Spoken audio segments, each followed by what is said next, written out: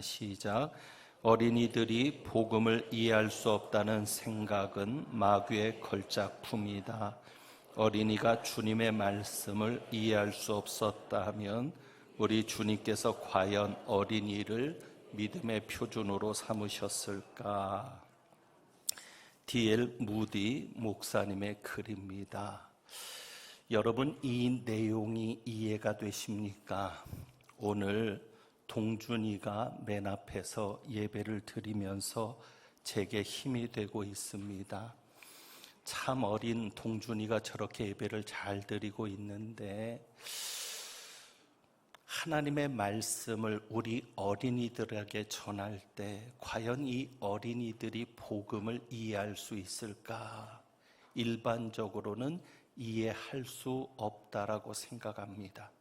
그런데 무디 목사님은 이런 생각이 마귀가 만들어 놓은 걸작품이라는 겁니다. 근데 실제 우리는 이 생각에서 벗어나지 못합니다. 그래서 아이들에게 설교를 할 때 여러분이 성경 학교 때라든지 혹은 어렸을 때 교회학교 시절을 생각해 보면 아동들에게 설교를 할 때는 주로 이야기를 가지고 설교를 합니다. 그래서 구연동화를 잘하시는 분이 설교도 잘하겠죠. 다윗과 골리앗 같은 성경의 이야기를 가지고 구연동화를 하듯이 이야기를 풀어갑니다. 그리고는 마지막에 결론을 내려주는데 도덕적이고 윤리적인 교훈을 내리는 것이 사실은 대부분의 설교였습니다. 이런 우리의 경험들이 찬송가에서도 잘 드러나고 있습니다. 찬송가 199장에 보면 나의 사랑하는 책이라는 제목의 찬송이 있습니다. 어머님의 무릎 위에 앉아서 재미있게 듣던 말을 그때까지도 지금까지도 나는 기억하고 있다는 겁니다. 그러면서 2절에 가서는 이렇게 노래합니다. 옛날 용맹스럽던 다니엘의 경험과 유대임금 다윗 왕의 역사와 주의 선지 엘리야 바람 타고 하늘에 올라가던 일을 기억합니다. 그러니까 어렸을 때는 주로 이렇게 이야기를 많이 듣게 됩니다. 그런데 아이들도 어려운 설교 말씀을 들을 수 있다는 것입니다. 우리 아이들도 어려운 설교 말씀을 들을 수 있다는 겁니다. 복음을 들을 수 있고 그냥 이야기로 풀어내는 것이 아니라 하나님의 말씀을 직접 어른들의 설교 때처럼 하나님의 말씀을 직접 풀어주어도 아이들은 받아들일 수 있다는 겁니다. 그리고 실제로 아이들 설교에서도 이렇게 하나님의 말씀을 직접 풀어주는 것이 중요합니다. 왜냐하면 이 하나님의 말씀 속에는 무엇이 있기 때문이에요? 오늘 말씀의 제목에도 나오는데 하나님의 말씀 속에는 무엇이 있기 때문에? 생명이 있기 때문에. 예, 주소도 됩니다. 전혀 지장 안 받으니까 주소도 됩니다. 동준아, 주소도 돼? 자, 하나님의 말씀 속에는 무엇이 있어요? 생명이 있어요. 하나님은 사도 요한을 통해서 이 부분을 너무 우리에게 분명하게 드러내십니다. 하나님의 말씀에는 무엇이 있다? 생명이 있다. 그래서 사도 요한은 1장 1절에 보면 태초부터 있는 생명의 말씀에 대해서 이야기를 합니다. 태초부터 있는 생명의 말씀에 관하여는 우리가 들은 바요, 눈으로 본 바요, 자세히 보고 우리의 손으로 만진 바라. 그리고 2절에 가서 보면 이 생명이 나타내신 바 된지라. 요한복음 1장 1절, 똑같이 사도 요한이 썼던 요한복음 1장 1절에는 태초에 말씀이 계시니라. 그래서 태초에 말씀이 계셨다. 그리고 이 말씀이 생명이었다는 것인데 요한일서 1장 1절에서는 생명의 말씀 이렇게 얘기합니다. 그리고 이 생명이 나타내신 바 되었다는 것이죠. 이것은 우리가 아는 대로 예수님께서 이 세상에 오신 겁니다. 그러니까 육신으로 오시기 전에는 태초부터 무엇으로 계셨어요? 예수님이 말씀으로 계셨어요. 그러다가 육신을 입고 이 땅에 오신 겁니다. 그래서 예수님이 이 땅에 오셔서 제자들이 그 예수님을 볼 수 있었습니다. 2절에 보면 이 영원한 생명, 이것이 영생이거든요. 이 영원한 생명을 우리가 보았고 증언하여 너희에게 전하노니. 말씀이신 예수님께서 이 세상에 오셔서 제자들이 그 말씀을 볼 수 있었고 전할 수 있었다라고 얘기합니다. 이것을 요한복음 1장 14절에서는 분명히 합니다. 우리가 흔히 성육신이라고 말하죠. 육신이 되었다. 그래서 요한복음 1장 14절에 뭐라고 기록하고 있어요? 말씀이 육신이 되어 우리 가운데 거하시매. 그럼 이런 질문이 생기죠. 분명히 예수님을 얘기하는 건데, 물론 예수님이 말씀이시거든요. 로고스시거든요. 예수님을 이야기하는 건데 왜 굳이 예수님을 말씀이라고 표현을 할까? 이런 질문이 생깁니다. 왜 굳이 예수님을 말씀이라고 표현을 할까? 그것은 말씀이 가지고 있는 것 때문입니다. 그것이 뭐예요? 생명. 그래서 생명의 말씀, 요한복음 1장 4절에 따르면 그 안에 생명이 있었으니. 그러니까 예수님을 말씀이라고 표현하는 것은 그 예수님 속에 무엇이 있었기 때문에? 생명이 있었기 때문에. 그리고 요한복음 1장에 따르면 그 생명의 사람들의 빛이라고 합니다. 그래서 예수님이 오신 것을 빛이 세상에 비친 것으로 표현합니다. 그리고 그 빛을 받은 사람은 무엇을 얻는 거예요? 예수님을 영접하는 사람들인데, 예수님을 거절하지 않고 예수님을 영접하는 것이 빛을 받은 사람들인데, 그 빛을 받은 사람들은 무엇을 얻는다? 생명을 얻는다. 그러니까 하나님께서 사도 요한을 통해서 우리에게 알게 하시는 것이 뭐냐면, 우리가 믿는다는 것은, 우리가 신앙생활을 한다는 것은 무엇의 문제다? 생명의 문제다. 너희가 교회 생활을 하는 것은 단순히 종교 생활을 하는 것이 아니라 무엇의 문제다? 생명의 문제다. 그러니까 하나님께서 요한을 통해서 이것을 분명히 하십니다. 요한복음 1장 12절, 우리가 전도할 때 많이 사용하는 말이죠. 영접하는 자, 곧 그 이름을 믿는 자들에게는 뭐가 되게 하셨어요? 하나님의 자녀가 되는 권세를 주셨다고 말합니다. 하나님의 자녀가 되는 권세. 우리가 예수님을 믿었습니다. 예수님을 믿는다는 것은 예수님을 영접한 겁니다. 예수님을 내 삶에 받아들였습니다. 그래서 우리는 무엇이 되었어요? 하나님의 자녀가 되었어요. 그런데 왜 요한은 굳이 하나님의 자녀가 된 것을 표현을 할까? 도대체 하나님의 자녀가 무엇일까? 여러 가지를 얘기할 수 있어요. 우리가 하나님의 자녀가 된 것에 대해서 여러 가지를 얘기할 수 있지만, 사도 요한은 어떤 관점에서 지금 요한복음을, 요한일서를 써나가고 있어요. 어떤 관점? 생명의 관점. 그러면 생명의 관점에서 하나님의 자녀가 된다는 것이 무엇인지를 정리해야 합니다. 우리는 하나님의 자녀입니다. 그러면은 이것을 생명의 관점에서 어떻게 이야기할 수 있느냐? 부모와 자녀는 같은 생명을 가지고 삽니다. 생명이 같아야지만 부모와 자식이 됩니다. 이해가 되세요? 자, 이런 얘기입니다. 우리가 하나님의 자녀가 됐다는 얘기가 뭐예요? 부모와 자녀는 같은 생명을 가진다. 그러면 우리가 하나님의 자녀가 됐다는 얘기는 우리도 무엇을 가지고 산다는 거예요? 하나님의 생명. 하나님이 가진 생명. 그것이 예수님이시고 예수님이 영생이시자 영원한 생명을 우리가 보았다. 바로 그 예수님이 우리 안에 오셔서 우리는 영생이신 예수님이 우리 안에 계심으로 생명을 가진 자가 된 겁니다. 그러니까 우리 안에는 지금 무슨 생명이 있어요? 하나님의 생명이 있어요. 그러니까 그러니까 저와 여러분이 하나님의 자녀가 됐다는 것은 단순히 하나님의 자녀가 됐다는 명의만 얻는 것이 아니라 하나님의 생명이 내 속에 들어왔다는 얘기입니다. 이 참 어려운 문제거든요. 왜? 생명이라고 하는 것이 보여지는 게 아니잖아요. 주머니 속에 있는 어떤 물건처럼 이렇게 손으로 만질 수 있는 것이라면 확인이라도 할 텐데, 아, 이게 생명이구나, 지금 내가 생명이 있는 자구나 라고 확인이 되는데, 문제는 이 생명은 확인이 안 돼요. 보여지지도 않아요. 영혼처럼 그냥 내 속에 있는 건 분명한데, 그러니까 참 어려운 문제거든요.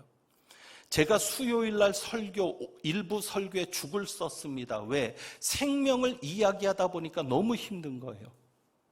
어떻게 설명할 수가 없는 거예요. 그렇다고 경험을 시켜주면 좋은데 경험은 안 되니까. 맛을 보여주면서 이게 생명이다라고 그냥 딱 끝내버리면 좋은데 안 되니까. 자, 여러분의 이해를 돕기 위해서 이런 질문을 한번 해봅니다. 개의 생명을 가지고 태어난 존재가 있습니다. 개의 생명을 가지고 태어나면 우리는 그것을 뭐라고 얘기하죠? 강아지. 어렵게 생각하지 마세요. 개의 생명을 가지고 태어나면 강아지라고 합니다. 그런데 신기한 것은 개의 생명을 가지고 태어나면 아버지랑 똑같이 합니다. 가르치지도 않았는데. 자, 그러면 이제 답이 또 나오죠. 닭의 생명을 가지고 태어나면 뭐라 그래요? 병아리라고 합니다. 신기한 것은 제가 지난번에도 오리와 병아리의 차이를 얘기했지만, 닭의 생명을 가지고 태어난 병아리는 닭처럼 행동합니다. 그러니까 부모와 자식이 되었다는 것은, 자녀가 되었다는 것은 부모와 어떤 생명을 가진다? 같은 생명을 가진다. 그러니까 여러분이 하나님의 자녀가 되었다는 것은 우리 속에 누구의 생명이 와서 있다? 하나님의 생명이 와서 있다. 여러분이 이것을 믿으셔야 되고요. 사도 요한이 하나님의 자녀를 얘기하는 것은 생명의 문제에서 여러분이 그렇게 이해하셔야 합니다. 그러니까 사도 요한은 또 특별히 언급하는 게 있죠. 요한복음 3장에 보면 무엇을 언급해요? 사도 요한만 언급하는 게 있어요. 거듭나는 것. 거듭난다는 게 뭐냐? 요한복음 3장 3절에 보면 이렇게 말하죠. 예수님이 거듭나지 아니하면 하나님의 나라를 볼 수 없느니라. 거듭나지 아니하면 하나님의 나라를 볼 수 없느니라. 거듭난다라고 하니까 두 번 태어나는 것으로 생각하는데, 실제로 헬라 원어는 두 번 태어나는 게 아닙니다.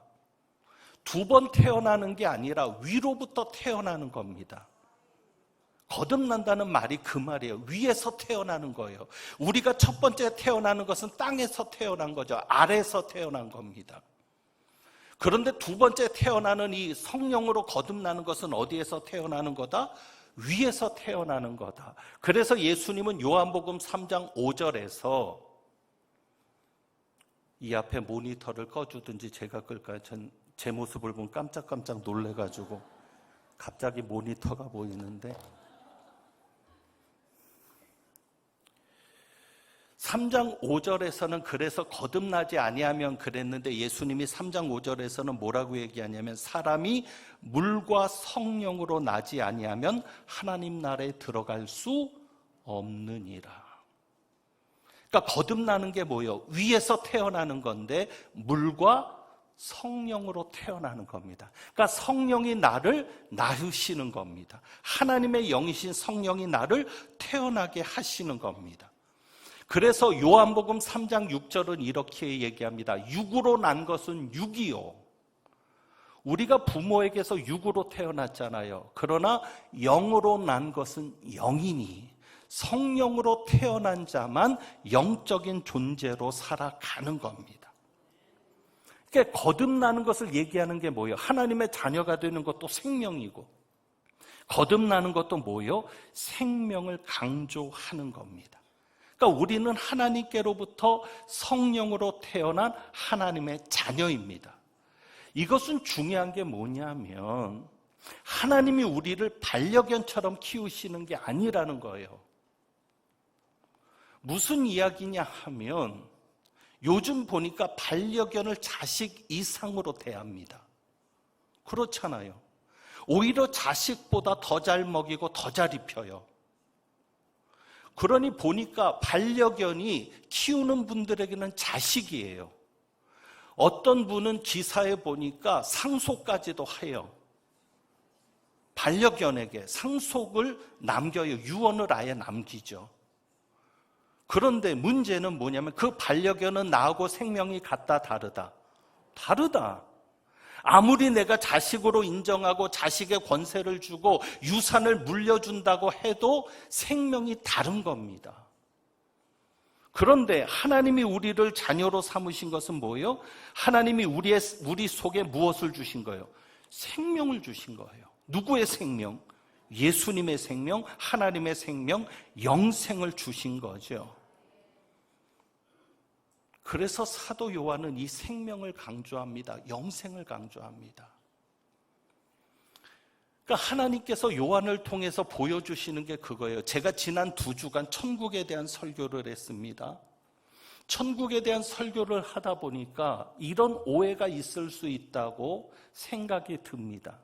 그래서 하나님께서 이 생명의 문제를 짚게 하신 건데, 천국 하니까 천국은 죽어서만 가는 것으로 생각해요.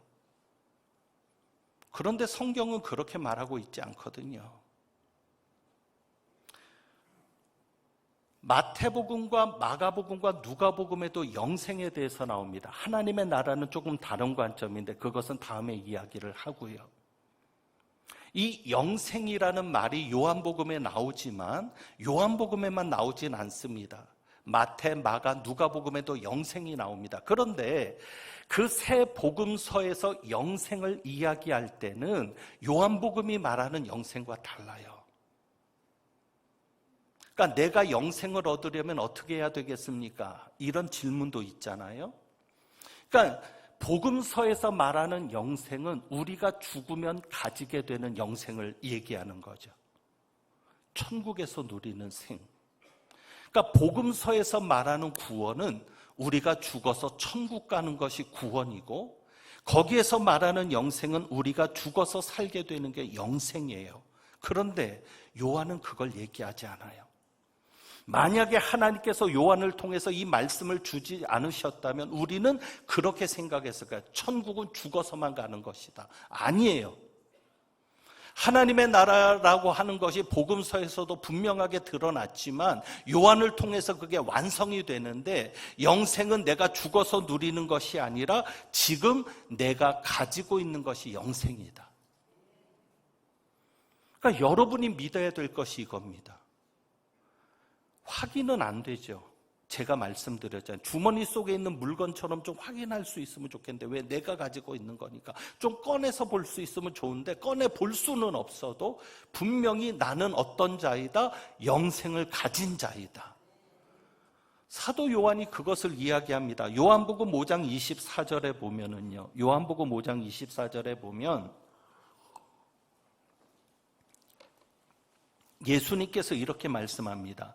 내 말을 듣고 또 나 보내신 이를 믿는 자는 영생을 얻었고 심판에 이르지 아니하나니 사망에서 생명으로 옮겼느니라. 내 말을 듣고 또 나 보내신 이를 믿는 자는 영생을 얻을 것이고 영생을 얻었고, 영생을 얻었고, 이미 영생을 얻었다는 거예요. 앞으로 그 사람이 죽어서 영생을 얻을 것이다가 아니라 이미 영생을 얻었고 심판에 이르지 아니하나니 사망에서 생명으로 옮길 것이다. 옮겼느니라. 옮겼느니라. 과거입니다. 이미 예수를 믿는 그 순간, 예수님을 영접한 그 순간 우리는 사망에서 생명으로 옮겨진 겁니다. 그러니까 이미 우리는 영생을 가진 자예요. 그래서 예수님도 요한복음 6장 54절에 이렇게 말씀하시거든요. 내 살을 먹고 내 피를 마시는 자는 영생을 가졌고, 이미 영생을 가졌다고 말씀해요. 마지막 날에 내가 그를 다시 살리리니. 죄로 인해 죽은 자였는데 우리가 영적으로 살아난 자가 됐어요. 영생을 가진 자, 생명을 가진 자가 되었어요. 그리고 마지막 날에는 우리가 육체까지도 다시 살아납니다. 그러니까 여러분이 하나님의 말씀을 통해서 믿을 것은 뭐예요? 우리는 영생을 가졌다. 우리 안에는 무엇이 있다? 영생이 있다.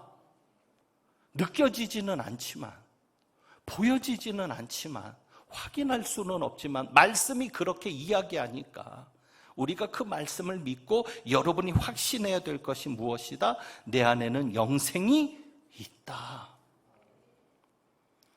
그러니까 우리 영혼은 영생을 가지고 사는 자가 된 겁니다. 그러니까 여러분이 예수 믿지 않는 사람들과는 근본적으로 사는 게 다른 거예요. 그들은 영생이 없어요. 그들의 영혼 속에는 생명이 없어요. 그러나 우리 영혼 속에는 생명이 있습니다. 그런데 이 생명은 살아가는 방법이 다른데 이 생명은 하나님의 말씀을 먹어야 삽니다. 그래서 말씀이 중요한 겁니다. 하나님의 말씀을 먹지 않으면 우리는 죽을 수밖에 없습니다. 하나님이 참 신기하게 그런 것을 우리에게도 보게 하시는데 무엇인가 하면 어르신들이 오랫동안 병을 앓다가 노안으로 고생을 하시다가 이제 천국에 가실 때가 얼마 남지 않았다는 것을 알게 되는데 한 가지를 통해서 알 수 있습니다.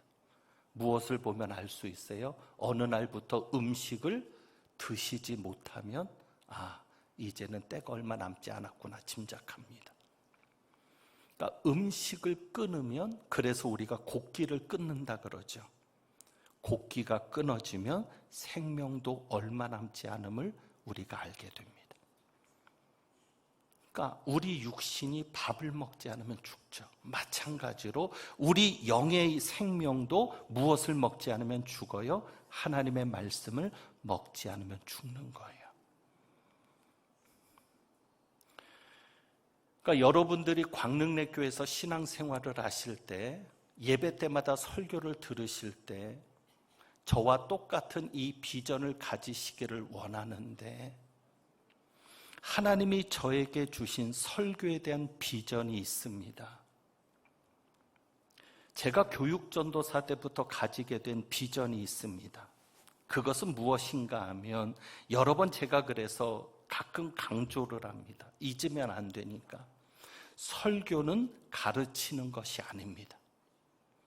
설교는 가르침을 받는 시간이 아니고 설교는 그저 방향을 지시하는 시간이 아니고 설교는 방법을 제시하는 시간이 아니라 설교는 그야말로 밥을 먹이는 일입니다. 이 설교 자체가 하나님의 말씀을 전하는 이 자체가 여러분의 영혼에 있는 그 생명에 밥을 먹이는 시간이라는 거예요. 이것이 얼마나 중요한지 모르는데 여러분이 밥을 먹을 때 그 밥에 대해서 이해하고 드시는 분이 얼마나 될까요? 지금 이 밥 속에는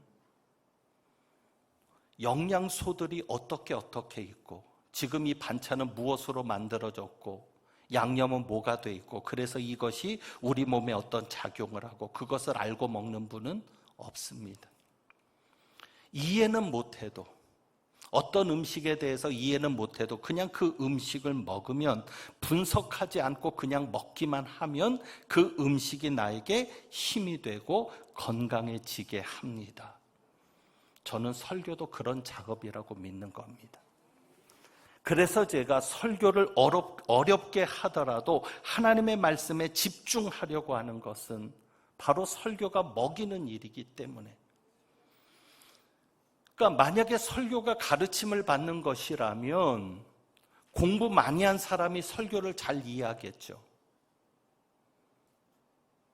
설교는 먹는 일이기 때문에 이해하지 못해도 여러분이 이해하지는 못해도 그냥 먹으려는 마음으로 그 말씀을 받아들이면 그 말씀이 내 생명을 풍성하게 하는 겁니다. 그것이 설교입니다.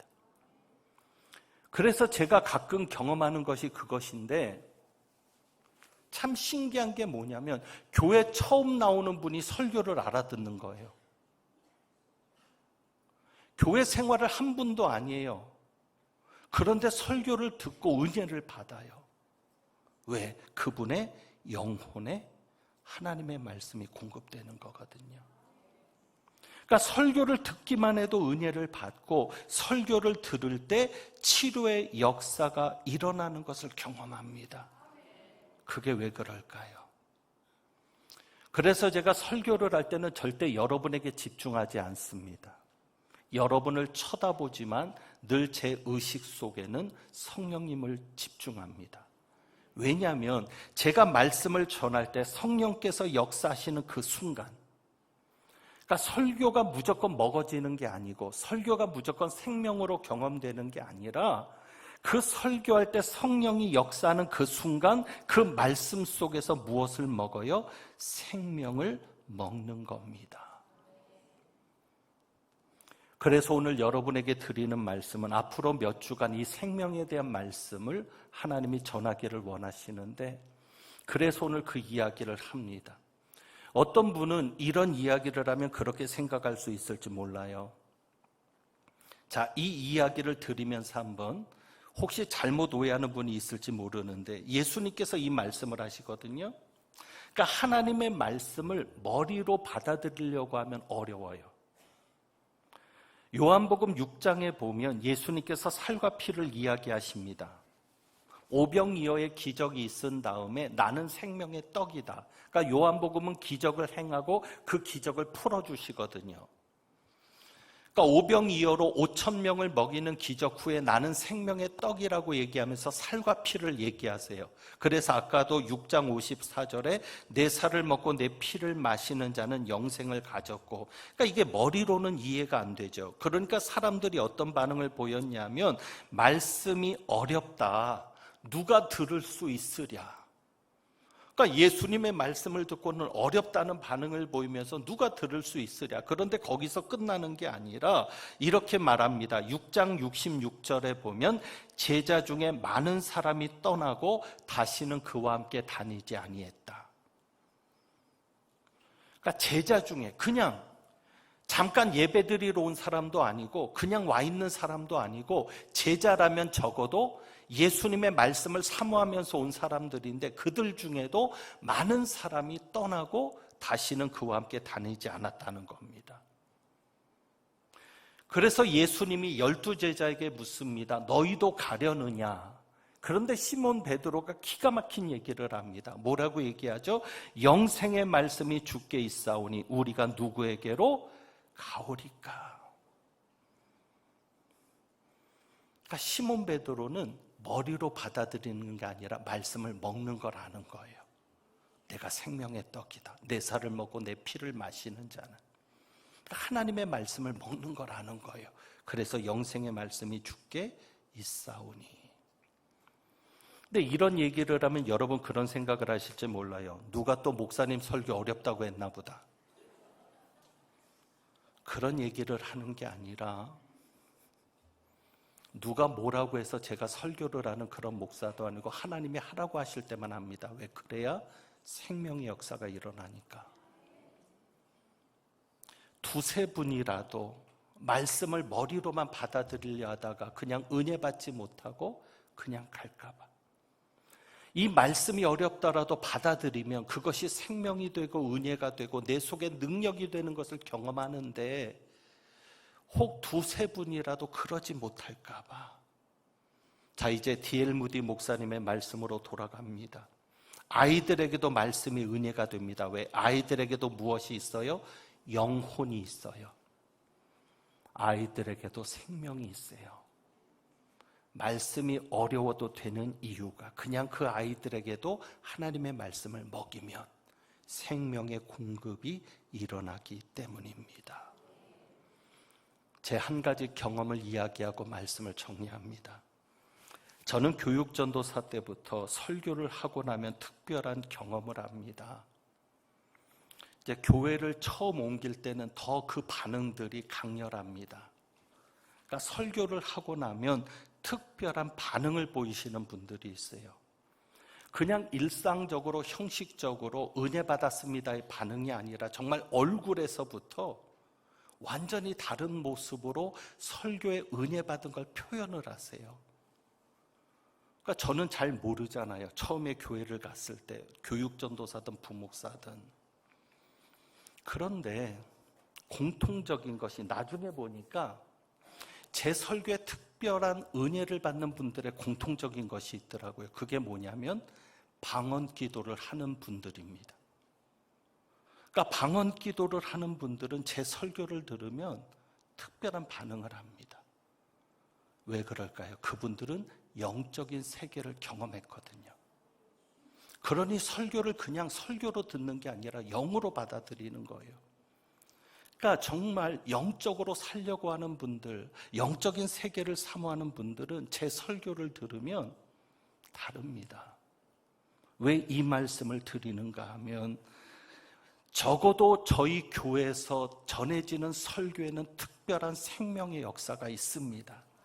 그것을 위해서 여러분들이 영혼이 있음을 인정하시고 내 안에 영생이 있음을 인정하시고 그리고 이 내 안에 있는 이 특별한 생명은 하나님의 말씀을 통해서만, 그러니까 들음으로 먹고 읽음으로 먹고 하나님의 말씀을 먹을 때만 그 생명이 풍성해질 수 있음을 여러분들이 생각하시고 앞으로 설교를 들을 때마다 특별한 사모함으로, 생명을 향한 특별한 사모함으로 말씀 앞에 설 수 있기를 주님의 이름으로 부탁합니다.